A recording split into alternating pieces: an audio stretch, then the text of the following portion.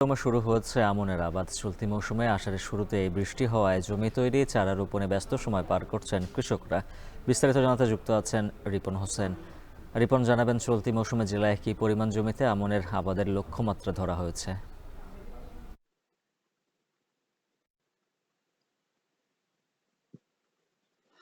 মাঠে, মাঠে এখন যে আমন আবাদ রয়েছে সেটি চাষ শুরু হয়েছে।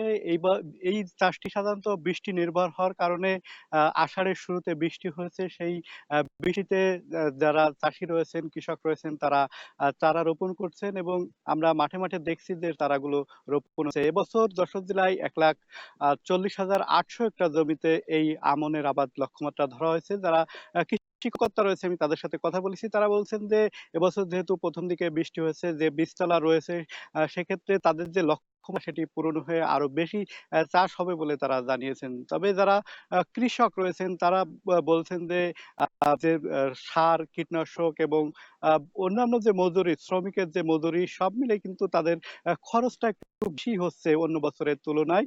তবে ধানের দাম যদি বেশি থাকে সেক্ষেত্রে কিন্তু তারা কিছুটা হলেও লাভবান হতে পারবেন। যদিও অন্যান্য বছরের তুলনায় এবছর ধানের দাম কিছুটা তারা বেশি পেয়েছেন। এজন্যই কিন্তু এবছর চাষটি এই যে আমনের চাষটা বাড়িয়েছেন। আমরা আ মাঠের পর মাঠ দেখেছি যে যারা কৃষক রয়েছেন তারা আ জমিতে মই দিচ্ছেন, তৈরি করছেন। তারপরে চারা